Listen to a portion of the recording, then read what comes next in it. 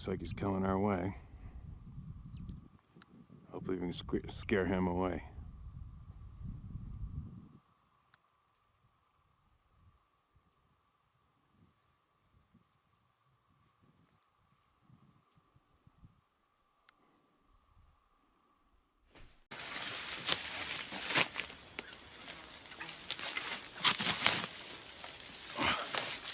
All right. Back in the north. Back in the north, finally. Whew. Travel time, man. Never really gets easier. Driving for a couple days in the north, setting up camp. We've got a very good, comfortable camp going. Excuse me. Sarah's pretty comfortable. She's stoked. Had a couple of pretty close encounters with elk already, so that's a good thing. She's into it. She's into it. So, we just got back to camp after having a good morning's hunt. Close encounter, and I'm gonna let her have a nap. And I found a secret wallow. I think we're gonna go in there and sit down an hour and a half and sit there till dark and see what comes through. It should be pretty exciting. Now, while she's napping, I think I'm gonna get caught up on the people. Let me know if there's a grizzly bear coming behind me. What do we got? Who do we got? Haven't a clue. This is titled 3 Encounters from a Non-Hunter. Alright, man. It's titled Red now. Hi, Steve, Sarah, and the How to Hunt family. I'm a retired nurse and currently live in a small farming town in northeast Illinois. I've never been hunting. I grew up on the Gulf Coast of Mississippi, so spent most of my life going to the beach. I've only been camping a few times in my life, and I am 62 years old. I write all this to say that you can have an experience in just about everyday life, even though you don't go out into the, quote, real world, end quote. I've had 3 distinct experiences in my life that did not compute until I started watching your channel about 3 years ago and found out about these beings. In the early 1990s, we lived in a new subdivision across from Jolie Junior College in Jolie, Illinois, which is surrounded by forest preserve land, wooded, and with a creek running along the back of that property. One day, my young daughter and I had just left our house and was driving down our street at dusk when something ran across the road just up ahead of us, about 3 houses from ours. It was immediately weird, as it was too big to be a cat, did look like a dog, and was dark and loping, not running across the road on all 4s. It didn't have a tail either. I remember us talking about it and trying to figure out what it could be. The only thing that made sense in my mind at the time was it could have been a small chimpanzee that someone was keeping and it got out. Now, all these many years later, I wonder if it was a baby Sasquatch. It's only about 2 to 2.5 feet long. My daughter and her family were just recently here for a visit, and I brought it up in conversation, and she instantly got a strange look on her face and said that she remembered that happening. So it reassured me that I wasn't crazy and that my memory is correct. It was such a brief encounter and something most people would quickly forget about. But all these years later, that memory is very vivid. Thanks to your channel, I can now say I am a knower. Another day in the early 90s on a weekday, I took my kids to Pilcher Park in Jolie, and we decided to get out and walk the trail through the woods just to check out the park a little more. We'd not been walking very long at all when I instantly got a really, really bad feeling. Not knowing if maybe some not-so-nice person may be lurking nearby, waiting for someone to attack, I told the kids we need to get back to the car, and the kids being kids complained that they wanted to check out the woods. I just felt like we were being watched. Never saw anyone, and there are no large predator animals in that area, and I didn't know about Sasquatch back then. I just had to trust my gut on things like that and get the kids back to the car. And my husband and I encountered what I now believe to be a dogman in Benton, Kentucky back in 2004. We had driven all day from Illinois to get to my husband's parents' house there near near the Kentucky lake. So it was dark and we turned onto that road that led to their place off of the main road. It was a country camping area with some rural properties and several camping places along the lake on the various roads that ran from the road to Kentucky Lake. But that road we turned on always gave us the creeps, as there were no street lights, felt creepier than hell, and had a slight hill on the left and a farm field on the right, with trees along the narrow 2-lane road, and it just never felt right. So at night it was very dark and creepy. That night we had just turned onto that road when just ahead of our truck at the edge of the headlights a very large black animal ran across that road on all fours and disappeared into the trees and brush on the field side of the road. My husband slowed way down, and we discussed what it was in disbelief. It looked like a humongous wolf, but it was way too big to be a wolf, but was not shaped like a bear. From a side profile, it had a canine shape to it. I remember its upper body and head were abnormally large, even for a wolf, and had pointy ears and a long snout/muzzle. It was so black that I couldn't see any features, just black profile. And we were very creeped out, and chills ran down my spine, and I felt a definite presence of evil. We both just agreed that we hated having to drive down that road to get to their house. His parents had both passed, and we made several trips down there that year to fix up the house so the family could sell it and settle their estate. I still remember all these events like it was yesterday. I write all this to say that these cryptids are real. You don't have to be an outdoors type of person at all to have an encounter. So please, give anyone you know who confides in you the grace to be heard and accepted as fact, as I do not believe this to be a subject that anyone would use to just make something up for the heck of it. You and me both. Thank you, Steve, for making this a safe and accepting place for all of us to find peace with what we have encountered. Stay safe in all your excursions, and tell Sarah hello and thank you for her support and acceptance of all you do for all of us and for all her hard work in getting out all the How to Hunt merch. Sincerely, Teresa Hubbard. Teresa, I appreciate your honesty, your kindness, and your generosity. The time you took to share here with everybody else. It's precious time. We appreciate it big time. Appreciate it big time. Yeah. It's non-stop. It's everywhere, and it's real, it's true, it's fact, and there's nothing we can do about it, and that's why we're in the Club of No Return, right? Once you know, you know.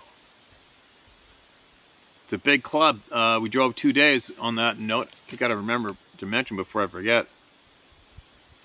We're driving up. We stopped at a place in halfway up the province near Williams Lake. In Williams Lake, stopped and bought a new Honda generator. Thing's wicked. Purrs. Real good guys. Real friendly, helpful guys there at the motor sports store. Helped us out. And then at the end, one of the young mechanics came out. Cool dude, fellow hunter. Watches this channel. Go figure, right? Everywhere we stop, we see somebody. Everywhere we stop, somebody comes up to us. Then he came out, shook our hands, and said hello, and said his dad's getting ready to write in his encounter, and he also had one. He goes right over on that ridge, right up there. Points to a timbered ridge over top of the town.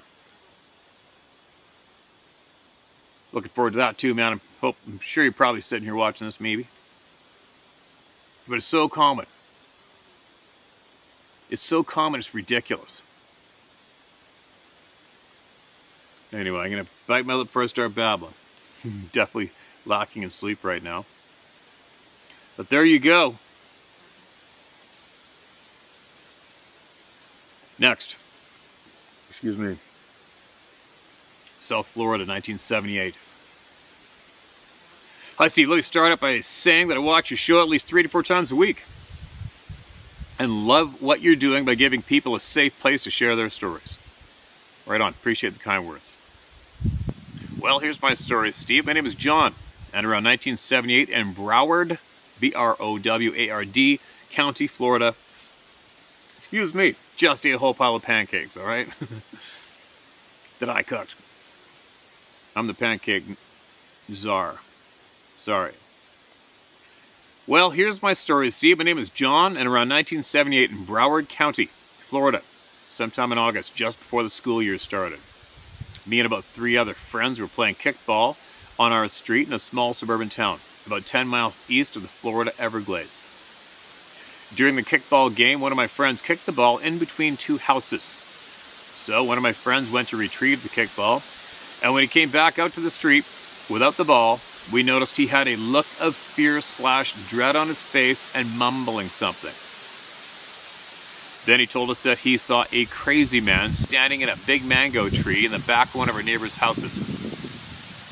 So all 4 of us, being young teenagers, say 13 or 14, all decided to walk back there together to see what he was talking about. As we approached, we heard snorting and grunting, and we all looked up into the mango tree and saw a hairy man standing on one of the big branches of the mango tree, growling at us and showing his teeth. He was only about 6 feet tall, but he didn't fit the typical Bigfoot description. He didn't have hair covering his whole body. We saw a lot of skin also. As we all ran away screaming and told one of our adult neighbors that was outside working on his car what we saw, and all he said to us was, "Oh, you kids are just imagining things. Go back to playing kickball." Later that night, we all started talking about what we saw, and the best way we can describe it was looking like a wild caveman with long, black, straggly hair and yellowish teeth, and the eyes were white/bloodshot looking. And for some unknown reason, we never talked about seeing that hairy man ever again. We were all friends for a good 8 to 10 years or more before we all grew up and started our own lives. Thanks, Steve. P.S.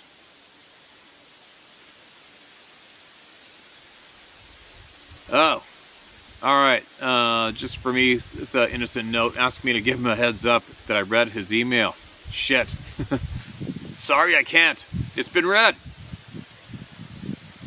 And I'm in my notes. I don't have your email on here. Who knows? If I get online, when I get online, hopefully I'll remember. But I'm sure you're going to see this.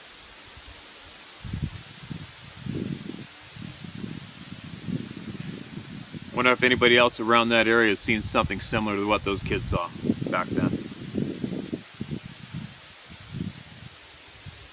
A new missing piece is the title of this next email. Hello, Steve. I'm a 71-year-old spirituality teacher and minister, but not the KGB type, although I preached the KGB for 20 years and studied theology at Duke. My earliest out-of-this-world experience happened when I was 13 years old. I used to go hunting for squirrels and rabbits because we were poor, and I was a very good shot with my pump-action Crossman pellet gun and would hunt to help feed our family. We lived in North Carolina, near a reservoir that had a forest around it, and that's where I hunted. One winter, when there was still ice around the edges of the reservoir, I went to hunt and saw a duck and thought to myself, my family's never had a duck for dinner, and today I'm going to surprise everyone by bringing a duck home. Every time I got close enough to get a shot, the duck would see me and move to another spot. But when I finally got my chance, I took the shot, I hit the duck in the head and killed it instantly. And it began to float away from me because of the current. And as I watched my opportunity to be a hero float away, I decided I could swim out to that duck and get it for my family. And I began taking off my clothes in the ice-cold wind and quickly walked through the crunchy ice around the bank, and before I could change my mind, I dove into the ice-cold water and was hit by the shock of my life. I had never been in water that cold, and the feeling of ice water on my chest and between my legs was enough to make me want to jump right back out. But I was committed to bringing home that duck, and I didn't believe in killing something for no reason. So I kept swimming and finally caught up to the duck. I grabbed it and flung it back towards the shore and tried to turn around and swim back. But I couldn't feel my fingers, and the numbness was creeping up to my elbows. And by the time I got to the bank and crawled through the ice and up onto the bank, I could barely stand up because I was shivering so badly and I couldn't feel my hands or feet. And there I stood, shivering and about to go into shock. I was so cold and exhausted that I couldn't do anything but just stand there. I saw my clothes, but I couldn't bend over, and I couldn't pick them up, and I certainly couldn't put them on. So I just stood there in the freezing cold, not knowing what to do. I was standing there in my drawers, literally freezing to death, and suddenly out of the corner of my eye, I see a man just appear out of nowhere. And he's walking towards me with an old green military blanket. He walked up to me and without saying a word, and put the blanket around me and sat me down and started gathering sticks and made a fire. And then just vanished. I was hunting alone. There were no other people around, and who appears out of nowhere puts a blanket on a stupid naked black kid in the forest who is freezing to death and builds him a fire to save his life and disappear without saying a word. It was an angel that saved me. What's the point? There's far more going on than we're aware of, and what opened my eyes later in life to our spiritual nature was a construction site accident that left me permanently disabled and in level 10 pain, even after 3 major surgeries. I continued to get worse, and finally, after deciding that I had become a burden to my family, I decided to kill myself because I couldn't take the terrible pain and being a burden. Just as I was about to kill myself, I heard a voice in my head saying, "Don't you know that if you have healed others, that I can heal you?" I knew after having been a preacher for 20 years that this was the Lord Jesus, and he gave me a full miracle, and now I can run a mile with no pain.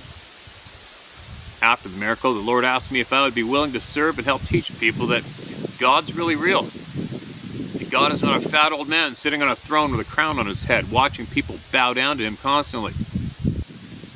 The Lord told me to teach that God is the conscious, creative, spiritual energy that makes up the universe. Everything is God and everything is conscious, and its function is conscious of its function and knows how to do its function without any help from anyone. Cells know what to do. Electrons know what to do. Galaxies know what to do. Because everything is conscious and everything is God, and God has given free will to his creations and allows them to learn from their errors in judgment. And of course that means that nobody can die, because we are all immortal spiritual beings, created in his image, from his spiritual energy and put into bodies to learn. The Lord opened my third eye so that I can see and hear spirits. And here is the missing piece to everyone's puzzle. Remember that movie called The Wizard of Oz? The script for that movie was sent by heaven to awaken God's children to the real problem on earth, which has been hidden from everyone. In that movie, you saw the man behind the curtain, but the wicked witch and demon monkeys were supposed to represent the evil spirits that are controlling the man behind the curtain.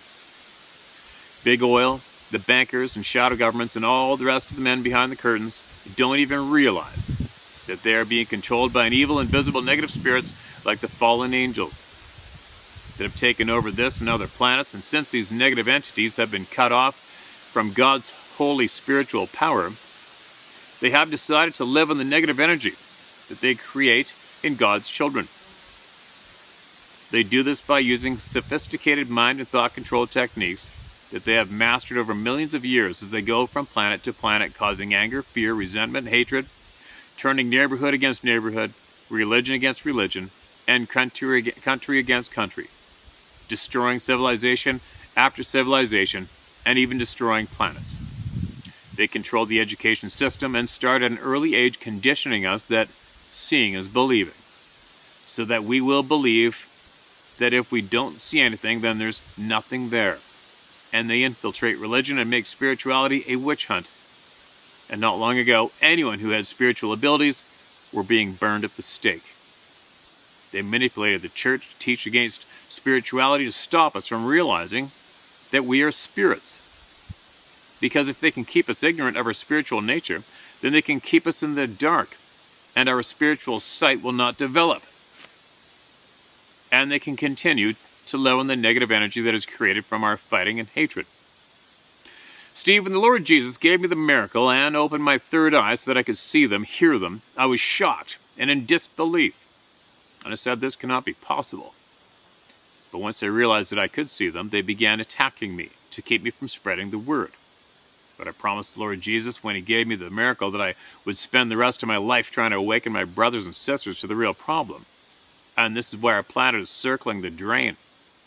It's the invisible, evil, spiritual beings that are manipulating the man behind the curtain and the rest of us. They can take over and control people, aliens, animals without being discovered because they are invisible and undetected. And when they switch a thought or insert a different thought and suddenly the person is afraid or angry and they sit there wondering what just happened. Why am I upset about nothing or afraid for no good reason? Now to conclude, understand that they are a million years ahead of us and evil to the core and cut off from God's light. Love and power, and they have a population of baby spirits to feed upon and control. The Lord Jesus volunteered to come and make us aware and save us. But they killed him and take over his ministry, and using mind control, they use it to control the church and governments and attempt to colonize and conquer the world. They're supernatural, super intelligent, never sleep, and made of energy. So they think as fast as a computer, and this is your missing piece. I'd love to share more, and believe me, I know it's a lot to take in, but it's the truth. And when you take a moment to think it through, you will know this is why they couldn't figure it out. They don't want us to know, and they are doing everything in their power to stay hidden. And they will kill anyone who tries to expose them. And I know that I'm a marked man for trying to tell the world, but I will keep my promise to the Lord Jesus. This is my number and email if you decide to contact me. All right, man, thanks for all you do. It's your purpose, and this is mine. Praise and glory. All right, appreciate that. So, whether or not anybody takes from that or leaves it, you can't say that it's not a positive note to share, right? Positive in a way, it gives us encouragement to see the light, stick together, be kind, fight evil, right? Not a bad note to share. Appreciate your time, man. And I get it about trying to spread the word. Doesn't matter the topic, I get it. What's next? This is titled Not a Regular Morning. Hello, Stephen. I know that you're a very busy man. My encounter was not spectacular or very eventful. It doesn't have to be. Everyone feels like they need to give you 5 decades of living, hunting, and what a bear fart smells like to verify their experiences as an outdoorsman. Yeah, no shit, right? I was born and raised in Glacier National Park area, Montana. I know your backwoods. That was my backyard. You know it. I know it. As far as you go. My awakening occurred in Lake Stevens, Washington. The awakening was at 4:30 a.m., February 99, leaving for work. I walked out of my house to warm up my Mustang as usual. There was no weird quiet. The frogs were going in the swamp around the house. There was no stink. The only notable thing was my feral cat didn't meet me on the porch as she had done for years. She was a hunter, so I just let it go. I'll see her later. Sometimes hunters are gone a bit. Thought nothing of it. I stood outside of my car watching around as it warmed up, and nothing abnormal. The idle kicked down, and I got in and proceeded to pull out of the driveway. Came around the corner of the swamp/wetlands, and he stepped out in front of my car. Time freezes. Sound, air, time/everything just explodes. I'm watching an 8.5 to 9.5 foot Bigfoot step out of the swamp in front of my car, walk up the driveway, and cross over into high-cut trees under the power lines. I remember everything about his looks and just how huge he was. I floored the pedal in the car just because I didn't want him to rip the front of my car off. The height wasn't the scary part. The size, the muscles, the way and speed he moved was off the charts. His head wasn't coned. It was more rounded like a man's, but no neck. All pectoral muscle. He was all muscle. His shoulders, his back, his glutes, his legs, everything was muscle. Terrifying muscle. He was reddish brown hair, kind of matted but shiny. When he looked back over his shoulder at me, there was no malice. He wasn't afraid. He just got caught and wanted to move along. I know this because of where he was in the swamp. He was caught between my house in a horseshoe driveway and the swamp. He was cornered. He didn't want to hurt me because he told me, he didn't want to hurt me because he told me my feral cat was okay. That's the part that is hard to grapple with. I called for her, and a voice outside my head but inside my head said she was okay. She caught a rabbit. She will be here. When I got home, she had a rabbit. And there's more. When I saw him, I could hear him telling me not to tell about him. I didn't say anything at work that day. I checked the driveway for tracks, but the swamp and grave don't leave much. To this day, everywhere I drive, I watch in the woods. When I camp, I always speak out my intentions. Speak out loud my intentions, and let them know it's okay to come around me. I also ask that they be kind to anyone with me. I don't believe they mean harm, but I always carry enough that it will hurt if they hurt my family or friends. Do I think you can kill him? No. Unless you're the most steady headshot in the world, you will still miss. He's very fast. Not much for the round table of knowledge, but thank you, Steve. Dale D. Wilson, Columbia Falls, Montana. What do you mean not much? Dave, it's huge. Dale D. Wilson. Apologies, Dale. That is much. That's a lot. But it's still not a guarantee that that they actually mean well, right? He got caught and he used your cat as a pawn to get out of being shit, maybe. You never know. I don't know. Now, what do we got around me, anything?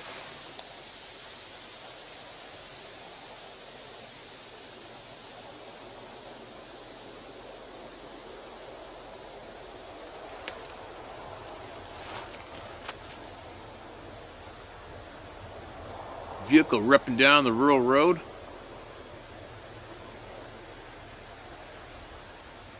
Man, I feel like I could sleep for about a week. Maybe next week. This is the forest where I shared with you guys getting my knife returned to me in my backpack, and I actually went to that very place this morning. But everything feels good here so far, and just so you know, another truck.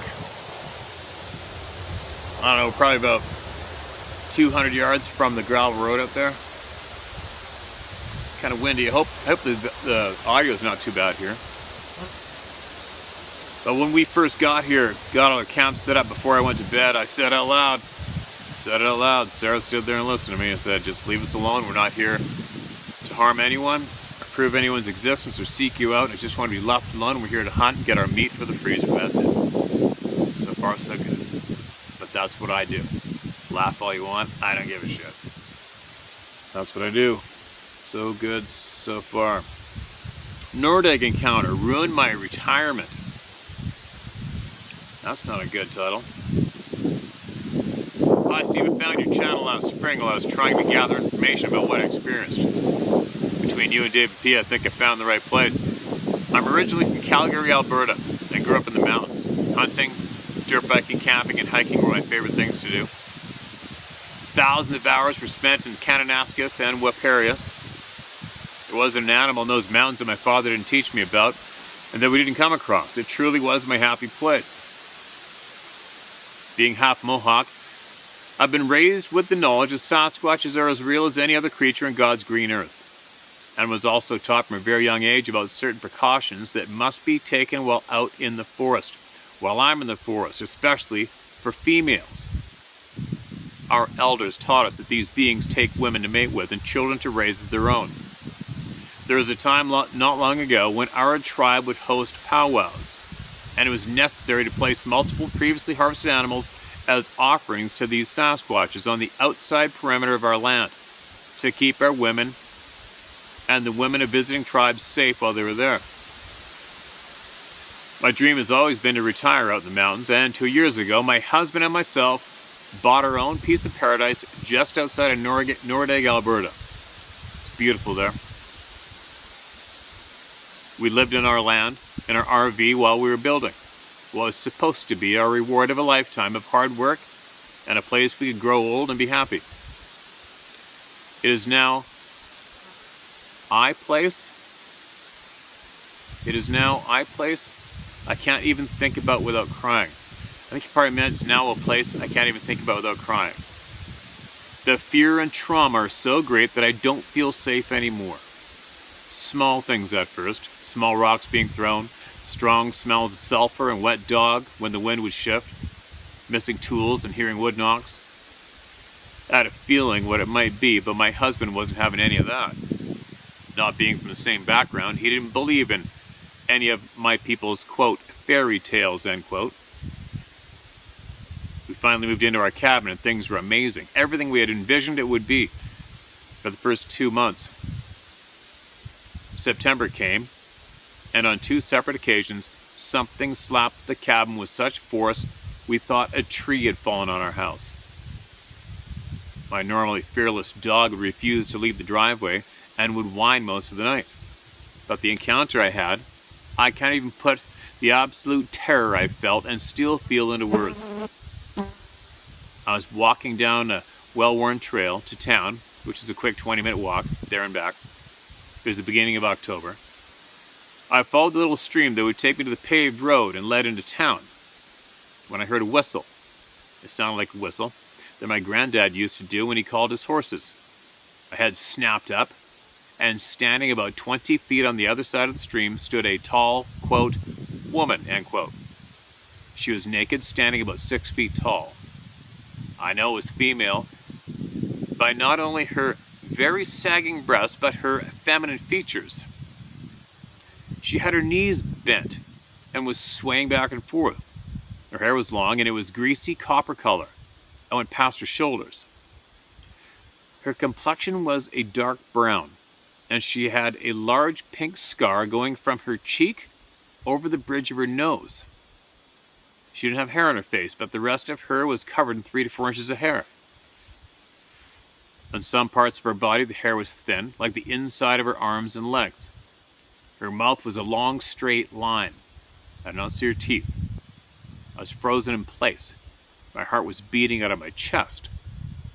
Her eyes were locked. She never stopped swaying. A hypnotic back and forth, back and forth. I thought I was going to have a heart attack. I honestly can't describe the terror I felt. I'm not sure how long we were standing there before I heard the word, come. Her lips did not move when she said that. It wasn't my voice. I'm not sure if I heard it with my ears or in my head. Come was repeated several times. Again, I have no idea how long we stood there when I heard someone yell my name from somewhere behind me. I turned around to see the young man whose father built his cabin down the road from us. He had a look of concern on his face and was running up to me. I immediately turned back to the, quote, woman, end quote, and no shit, she was not there. My heart dropped again. Where did she go? When my neighbor's son got to me, he grabbed me by my shoulders, asked me if I was okay, and I was speechless. I'm pretty sure I didn't even reply to him. I was desperately looking for where she could have went. He asked me why I was just swaying back and forth in the middle of the forest. That's interesting and a little alarming. I asked him what he meant, and he repeated himself. Why were you just standing there swaying back and forth? If I was swaying, I did not. If I was swaying, I did not do that consciously. The thought terrifies me. Also, I had soaking wet pants. He could clearly see that I wet myself and thought I was having a stroke or something. I did not tell him what I had just seen. I honestly didn't even remember what I told him. He walked me home. I immediately told my husband what happened, and I was met with a disbelieving blank stare. Throughout the whole night, I kept hearing that eerie word, come. Thankfully, we did not sell our house in the city. I had to break the lease that I signed for the people renting our house so we could move back in. I'll never, ever feel safe in those woods or any other for that matter. I cannot bring myself to even go back to pack my things. All of our hard work was for nothing. My husband doesn't understand why I can't just suck it up for him, as it was his dream house too, and there is zero chance of me going back. I know it is there waiting for me. This has 100% ruined my life, I don't know how to get past this, Crystal. Whew. Crystal, that sucks. That sucks. And there you go, you guys. Another email fully, accurately describing my motive for doing this. Right? There's nothing entertaining about what happened to Crystal and thousands of other people. There's nothing humorous about it at all. It makes me angry, makes me frustrated. I wish I could right the wrongs. It's absolute bullshit how fiercely we're being misled and ill-informed. And here's another person. Drops from living their dreams, right? And they have a life. They deserve a fair crack at living life to their fullest, just as Crystal had a fair crack, and she did everything right with her time here.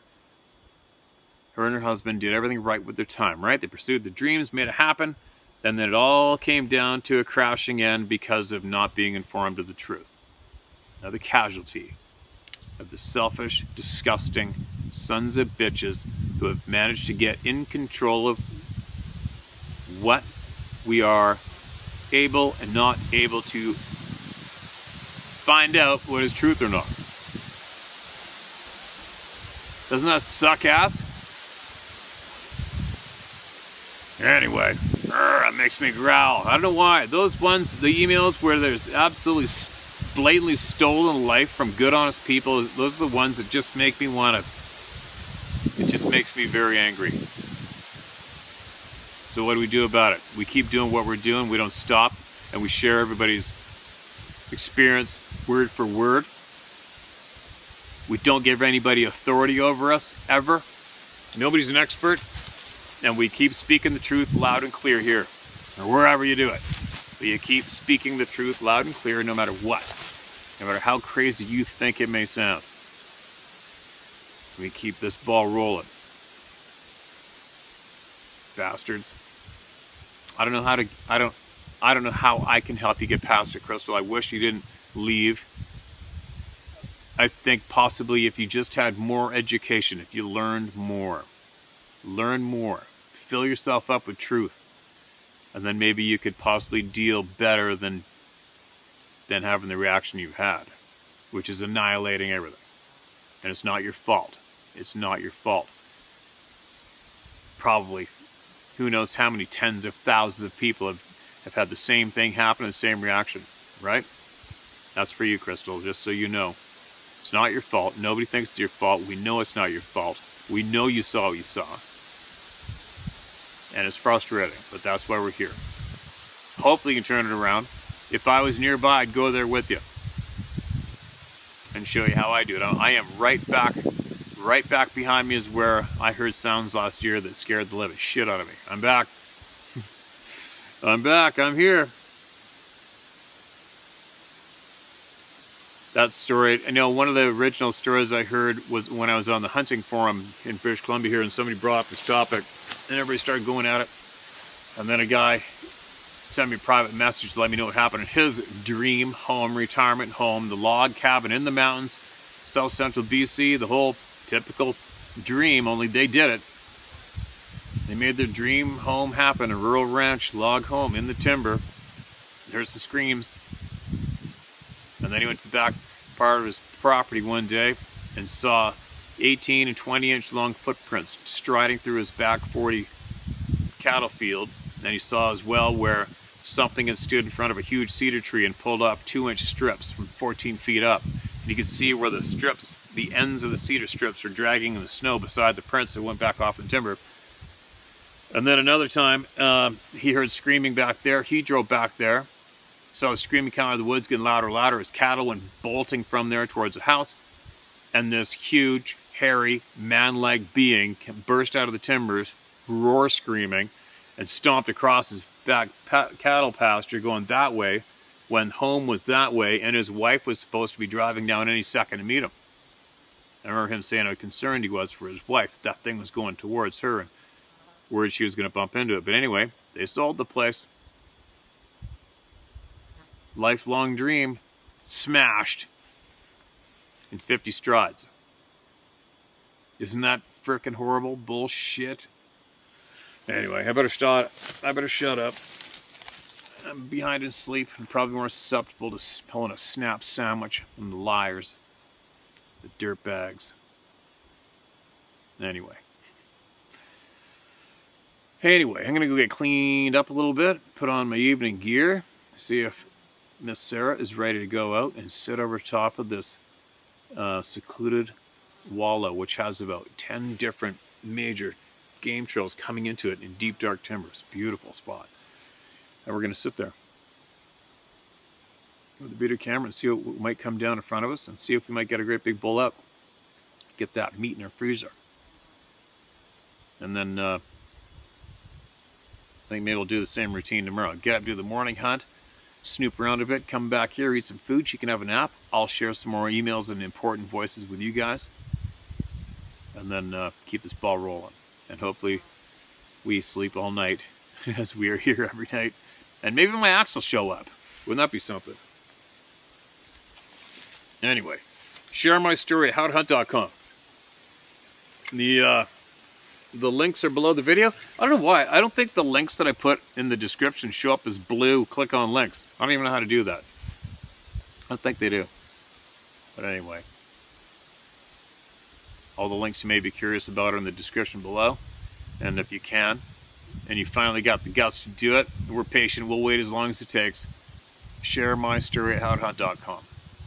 Alright? That's where you get your experience heard word for word, no matter what. Okay? It's a safe place to do it. I'm out of here. I'll be back tomorrow.